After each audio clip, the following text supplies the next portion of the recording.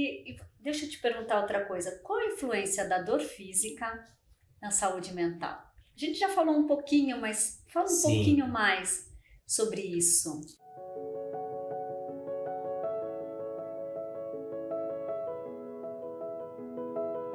Sim. A dor física, vamos contextualizar em aguda ou crônica, né? Porque naturalmente tem aspectos de impacto diferente. A aguda ela é caracterizada pela intensidade e curta duração.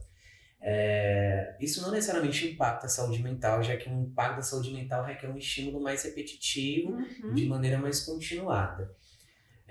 Mas se a pessoa já tem um transtorno psicopatológico e entra com a dor aguda, sei lá, um trauma, aí ela tem uma tendência a ter mais histeria do que realmente aquela dor, do que o potencial evocado daquela dor, né? Sim. Agora vamos falar de dor crônica, né? Que aí está mais ligado realmente aos processos de saúde mental.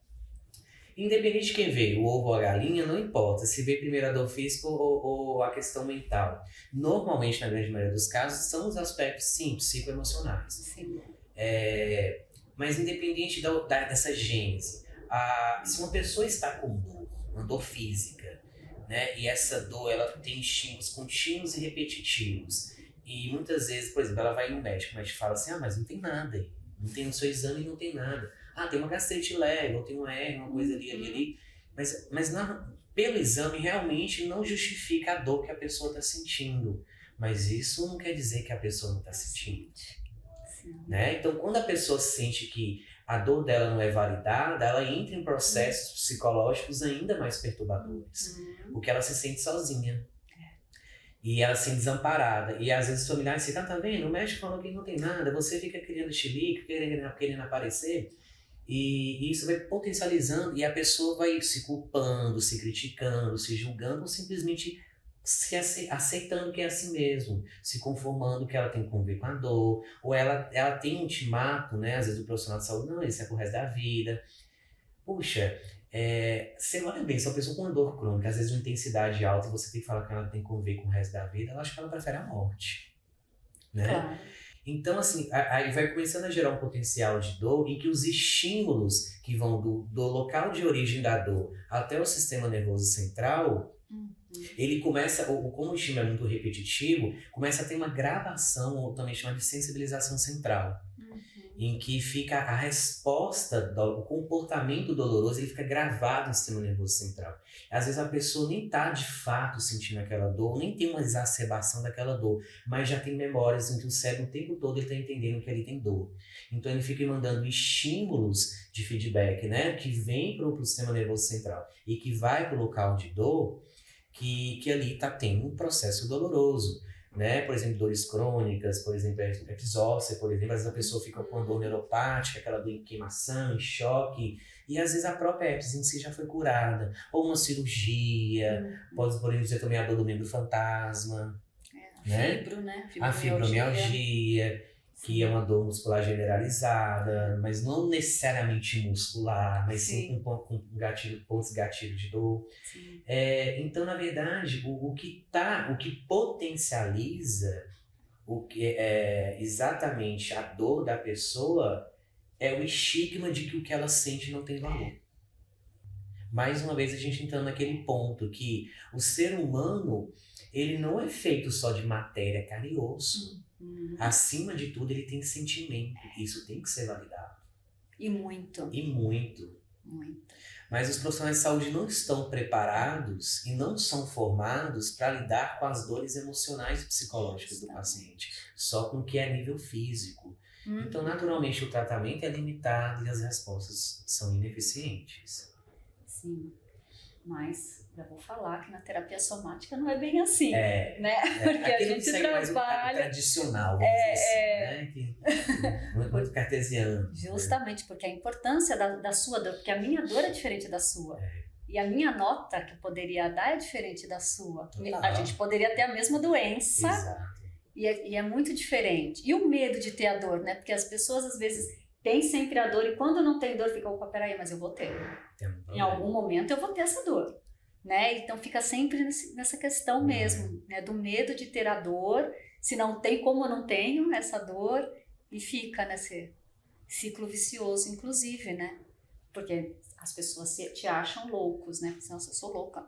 Exato. Eu quero alguém que tire a minha dor de qualquer forma, porque não é possível que eu não tenha nada. Exatamente. Né? Aí você imagina dentro de um processo de desenvolvimento neuropsicológico em que a criança também não foi permitida ser aceita do jeito que ela veio no mundo. Sim. Então, ela, na verdade, nas fases posteriores, quando adulto, ela vai vivenciar situações em que ela vai se sentir que ela não é aceita. Então, muitas vezes a dor que a pessoa tem está num processo muito mais profundo. E, às vezes, de ir lá visitar aquela criança e falar assim que ela não foi permitida, às vezes, subir uma cadeira. Porque tudo tinha medo, vai cair, vai machucar, vai não sei o que, vai adoecer. E os pais projetam muito seus medos, suas inseguranças na criança, tentando protegê-la, né? Sim. A intenção é boa, mas de boas intenções e conselhos o inferno tá cheio, né?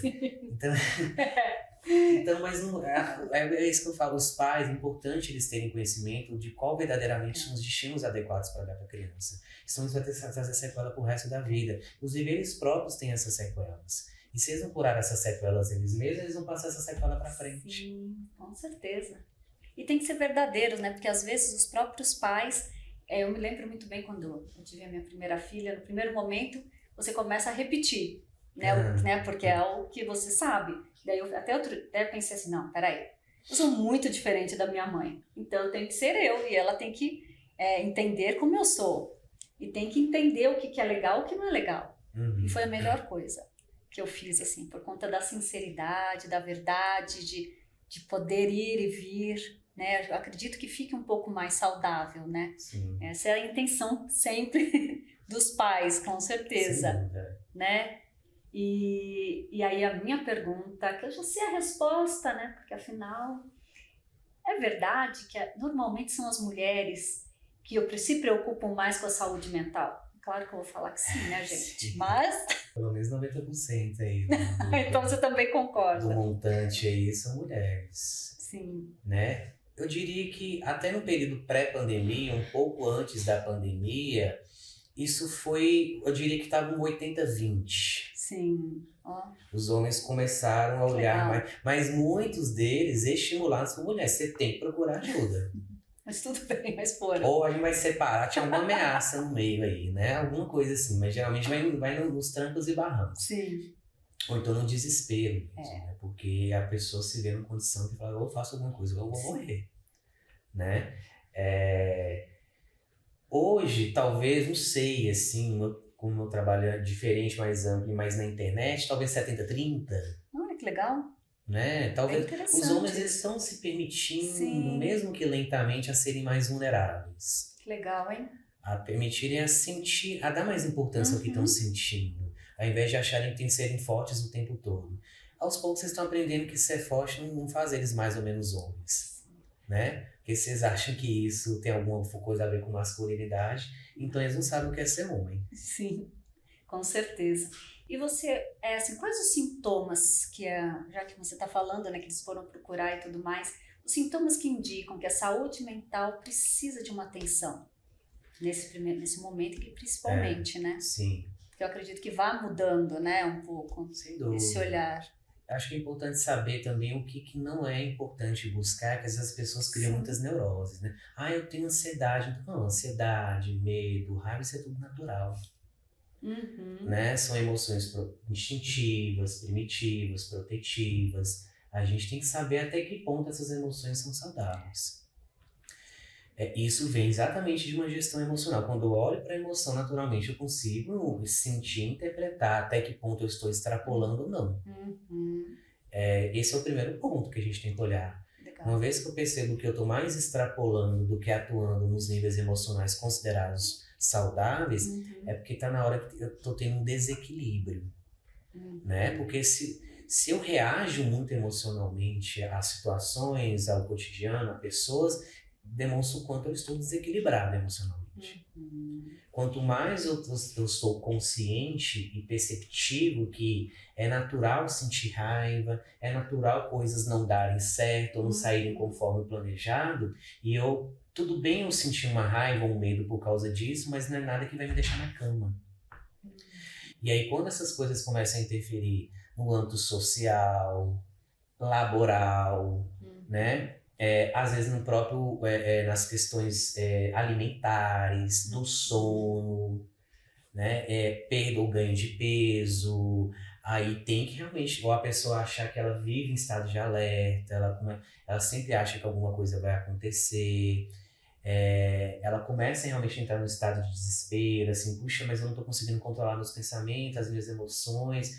E aí começa a apresentar, às vezes, sintomas físicos, né? Que é dessa resposta ao sistema nervoso simpático, que está sempre estimulado pelo medo, pelo medo, pelo medo.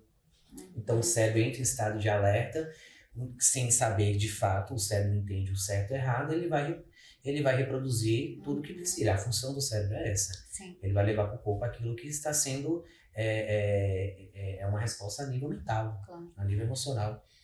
Então, nesses casos, sem dúvida nenhuma, é uma questão de procurar saúde mental. E não vamos ater a diagnósticos, a rótulos, mas é só quando tiver uma depressão. Não. Quando você estiver em sofrimento. Você está em sofrimento e você por si só não está conseguindo resolver, desatar esses nós, procura ajuda. Ou você vai esperar desenvolver um transtorno psicopatológico.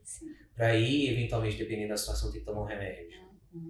Né? Tem que ir para tomar situações, atitudes.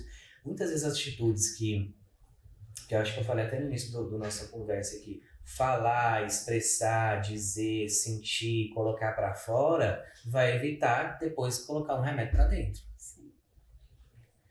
E sendo que nesses casos, quando é realmente necessário um remédio, né? Não é essa banalização que a gente vê por aí, quando realmente é necessário, é importante a pessoa começar a entender, falar assim, olha onde eu deixei a situação chegar. Né? E ensinar, educar as pessoas a começarem a olhar para os seus aspectos subjetivos como algo inerente à sua vida. Sim. Não como gente fraca, gente que não sabe o que quer da vida, gente que não tem o que fazer. Se fosse assim, todo mundo estaria assim. Porque todo mundo precisa, né? Sim.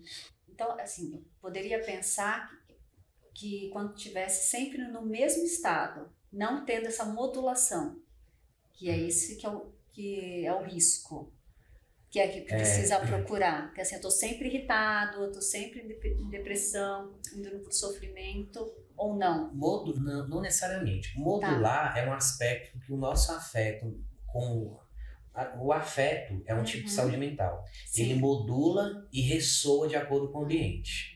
Né? Então modular, na verdade, se o afeto modula, eu tô triste, eu tô alegre, então representa que o meu afeto é saudável. Sim, eu modulo de acordo que se eu tenho uma situação desagradável e o meu afeto modula congruentemente a isso, então fala que meu afeto ressoa com o ambiente, né, com o estímulo, e ele modula de maneira adequada aquilo. Sim.